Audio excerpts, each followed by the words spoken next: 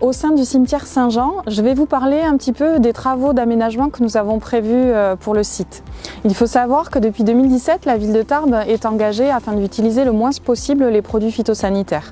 En 2022, l'utilisation de ces produits sera complètement interdite. C'est pourquoi, afin de répondre à cette réglementation qui est la loi Labbé, nous souhaitons engazonner tout le cimetière Saint-Jean. Ça a été travaillé avec l'équipe accessibilité de la mairie de Tarbes afin de pouvoir valider avec Cathy Maraldi, l'adjointe à la ville inclusive et au handicap, la possibilité pour les personnes à mobilité réduite de se rendre sur le site de façon plus accessible.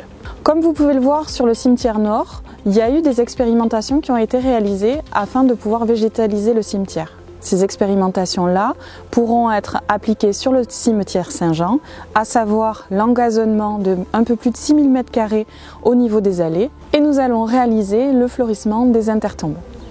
Les travaux vont se dérouler en 2 temps. Voilà, une première tranche courant mars.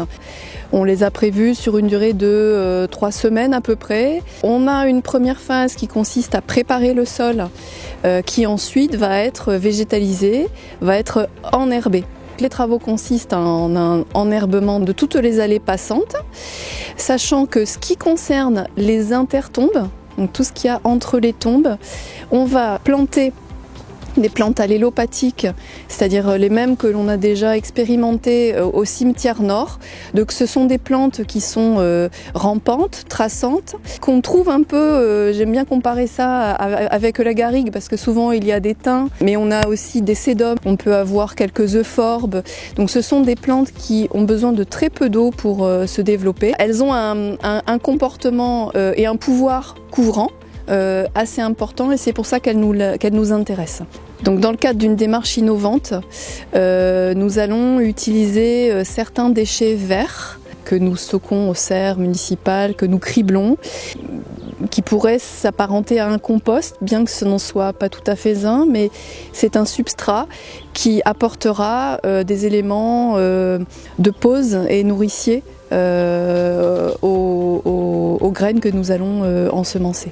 Ce qu'on peut dire aussi, c'est que au-delà de cette démarche environnementale et d'application du zéro phyto, d'introduction de la biodiversité, ces travaux, ils ont une visée paysagère qui est notable, puisqu'ils vont apporter un autre visage au cimetière, comme on l'a vu au cimetière nord. Donc ils participeront de l'embellissement du cadre de vie, notamment des usagers du cimetière.